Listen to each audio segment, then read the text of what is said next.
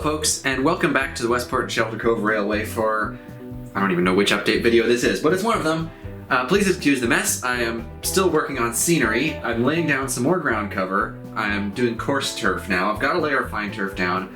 All of the track on the layout is ballasted, so I'm now working on building up the ground cover in layers to try and make it look a bit more realistic. So I've got some mixed coarse turf on there in a couple of different colors. I've only done this chunk of the layout so far. I'm working on the rest.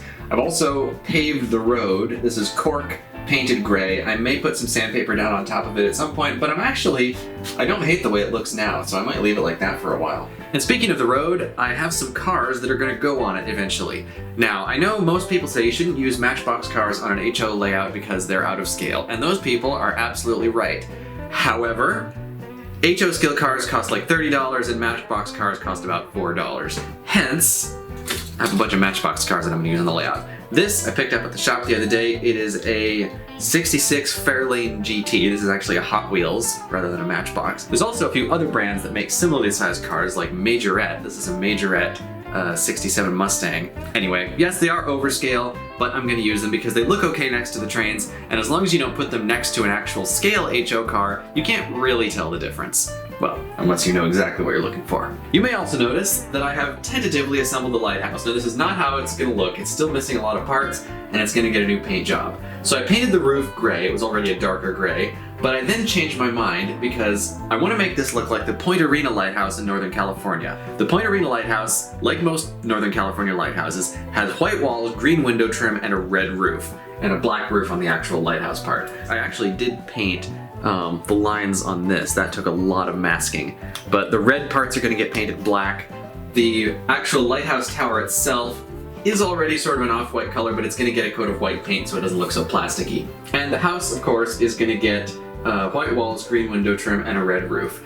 Now, there's an annoying element to this kit. I do really like this kit. It's the Walthers Rocky Point Lighthouse, but the windows are installed from the factory and you cannot remove them. So, unlike most plastic kits where you can just paint the windows separately and then install them, this one, you're kind of stuck with them already in there, so you have to mask it. Luke Towan, who is the absolute scenery wizard, you should really check out his YouTube channel if you don't already know it, did a video on building this lighthouse where he actually went through and repainted everything. I guess I am going to repaint everything, but I'm not going to go quite as in-depth on it as he did. I have already done some weathering on the plastic base. Now, this is not painted, this is just gray plastic, but I wanted it to look more like rocks, which it didn't really look that good before.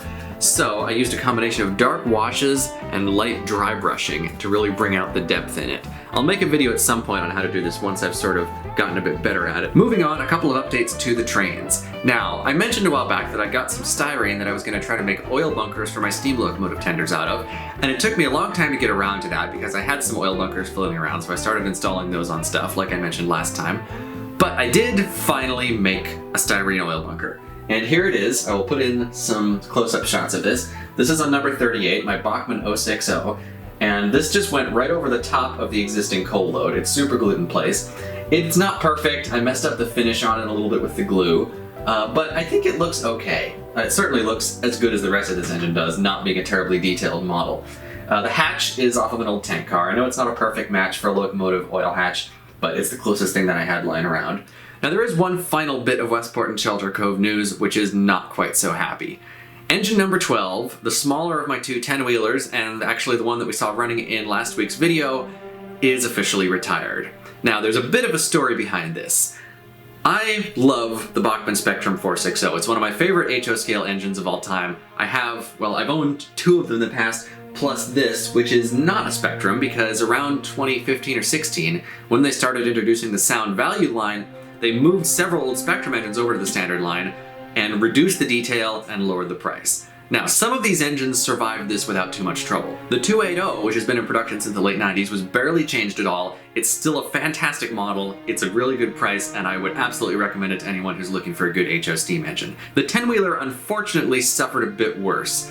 First of all, they got rid of all the separately applied detail that made the Spectrum one look so good. They also got rid of the larger 63-inch driver version, but we still have the 52-inch driver version, except for the biggest downgrade in my opinion, which is the motor. Now, the old Spectrum one, like all the Spectrum engines, had a lovely 5-pole skew wound motor. It ran beautifully. It was smooth, quiet, really good low speed performance, the whole works. However, the new motor that they're putting in these is apparently whatever the cheapest thing they could get their hands on was, because mine started running so noisily, and even after I cleaned and lubricated it, that I was like, okay, there's gotta be something wrong with this thing. It must be a lemon. So I took it apart and found nothing wrong with it at all, but when I tried running the motor by itself, it still made the noise. So I know that the motor is the problem. I thought, well, I'll take apart the motor and see exactly how it's different, because obviously the old ones don't run like this. And it is a straight wound 3-pole motor, because apparently it's 1950. I know I'm being snarky about this, but I cannot overstate how disappointed I am in Bachmann for downgrading the motor so much. Now I know I've said a lot that Bachmann's getting better, and they are, but the Ten-Wheeler has been a real downgrade, and it's too bad because it was one of my favorite engines that they made. Now, just to prove that this wasn't my engine being weird, at the hobby shop that I work at, I took 2 brand new one of these engines out of the box and test ran them. Listen to this. This is a brand new engine. It's only run for a few minutes before I filmed this.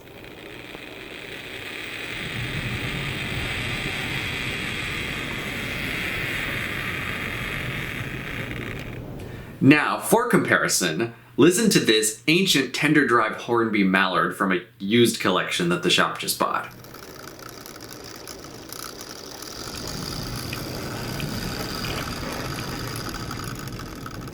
That is a similar level of noise and kind of a similar noise. A brand new $400 Bachmann locomotive should not make the same noise as a clunky old engine from the 70s. We're past that point now, and frankly most of Bachmann's stuff is past that point now. Even this thing, these go for like half the price of the Ten-Wheeler, and they still run better. I'm not gonna get all dramatic and boycott Bachmann or anything, mostly because they just announced a few engines that I'm very interested in. I will continue to buy Bachmann steam engines because frankly, these days they're pretty much the only company making a decent selection of small, early steam in HO. Anyway, the upshot of all this is that number 12 is no longer running. And I tried to put another motor in it, but it's a very strange and very tight design inside the frame, and there's really no way to fit in a motor that doesn't fit the exact shape of the Bachmann one, and the Bachmann one is a rather odd shape. The engine is gonna go on permanent static display right here. I actually installed a little track and sort of scenicked over it to make it look like it's been there for a while. So it will be a permanent static display at the end of the street. But it's a bummer that it won't be running anymore, because I really like that engine. So I'm gonna end the video here. Thank you for watching, and please enjoy this overly sentimental tribute to number 12.